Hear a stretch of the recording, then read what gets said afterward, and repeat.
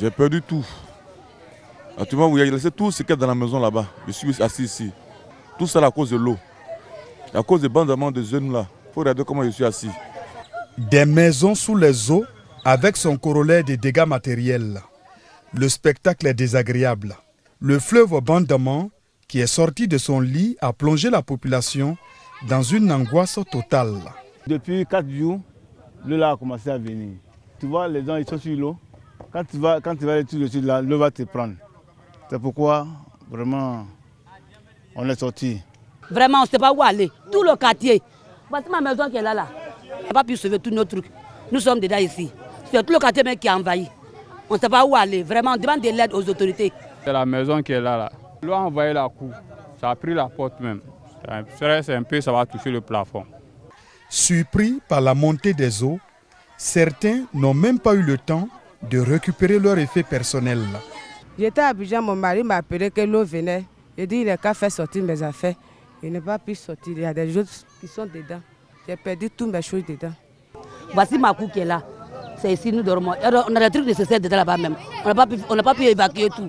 D'autres sont restés dedans là-bas. Donc c'est ici on prépare, c'est ici on fait tout. Voici ma natte sur laquelle on dort. Dans le quartier Sokura Dangbe, l'eau a délogé les habitants. Certains ont abandonné leur maison pour trouver refuge chez les voisins et d'autres au foyer polyvalent. Présentement, je dors en haut là-bas. Je suis debout le matin, on est là. Bon, moi je ne sais pas où je vais partir. L'axe Genula d'Aloa n'a pas été épargné. L'eau a carrément coupé la voie, obligeant les populations à solliciter l'aide des piroguiers. Par jour, on peut traverser peut-être 100 personnes, centaines de personnes. Souvent, ça dépasse. Même les villages qui sont derrière le pont sont inondés. Nous avons Poizra, Gouéra, les gens ne peuvent plus aller là-bas, ni Sukuvoa ne peut plus se déplacer. Donc nous demandons simplement et honnêtement au gouvernement que la mairie ne peut pas couvrir cette catastrophe-là qui dépasse même notre entendement. Donc je supplie le président de la République d'intervenir le plus tôt. Face à cette situation, une cellule de crise a été mise en place par les autorités pour apporter des vivres et non-vivres aux sinistrés. Le président Charles Dibi nous a envoyé expressément pour donner des vivres et des non-vivres afin de soutenir les populations sinistrées. Pour l'heure, aucune perte en vie humaine, mais cette montée des eaux du fleuve Bandama a causé d'importants dégâts matériels et surtout la désolation chez les habitants.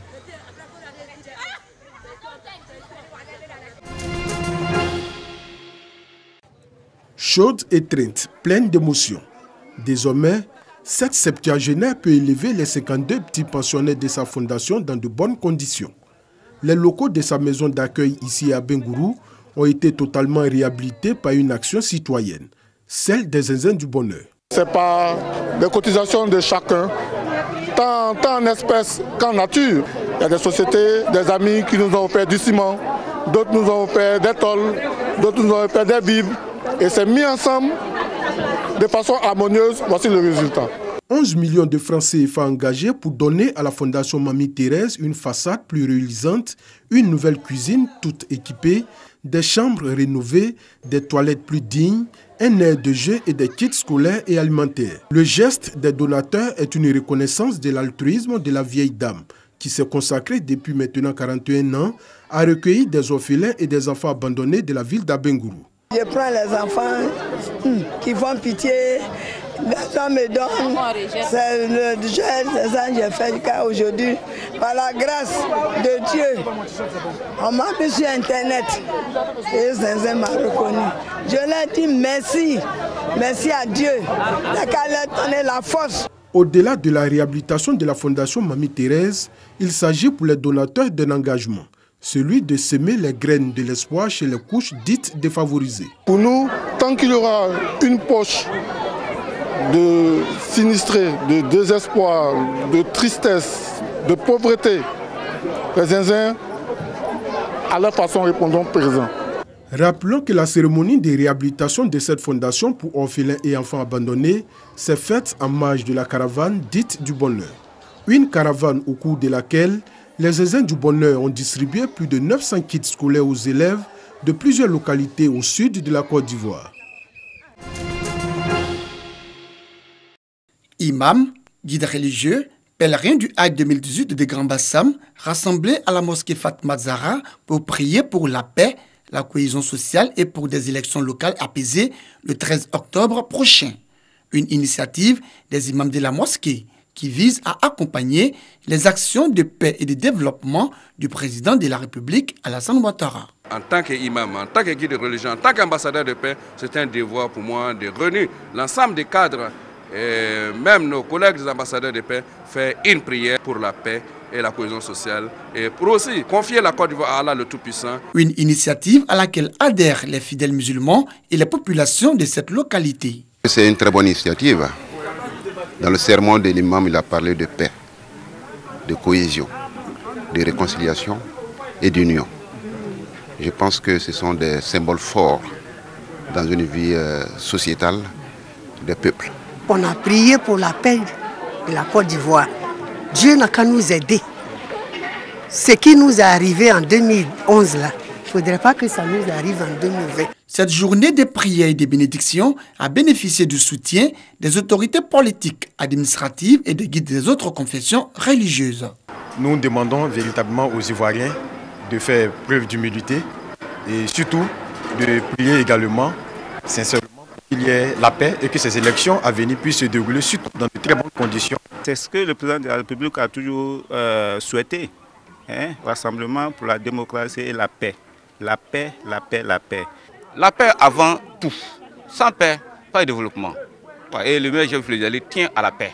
Donc... Les imams de la mosquée Fatma Zahra ont invité les guides religieux, l'ensemble de la communauté musulmane et les populations de Grand Bassam à prier pour la cohésion sociale et la paix en Côte d'Ivoire.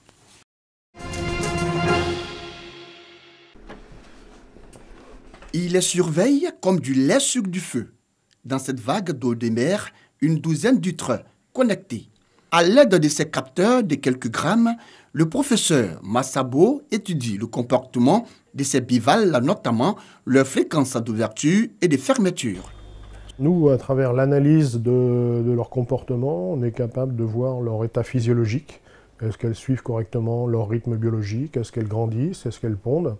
Et à partir du moment où vous pouvez dire qu'un groupe d'huîtres va bien, mais vous êtes capable de dire que la qualité de l'eau autour d'elles est bonne. C'est ici, dans les eaux calmes du bassin d'Arcachon, qui est née en 2006 l'expérimentation.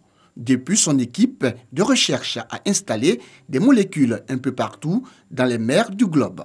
Les données sont envoyées en temps réel sur les serveurs du Centre national de la recherche scientifique installé à la base marine d'Arcachon, grâce aux résultats réussis et d'Abu Dhabi ou en mer de Barents. Ces mollusques bivalves sont beaucoup plus sensibles que les appareils qu'on utilise de chimie, de détection de chimie. Plus cette concentration augmente et plus les animaux restent fermés longtemps. Donc là, si vous voulez, la durée de fermeture anormale de ces animaux nous donne des informations sur la concentration de pétrole qui se trouve dans le milieu. En charge aux pétroliers pour prendre des mesures pour juguler la fuite. Les huîtres représentent une méthode peu coûteuse de détection à distance. Elles résistent à des eaux très froides et très chaudes et peuvent être installées partout en milieu marin ou la cruse lorsque des installations d'hydrocarbures sont présentes.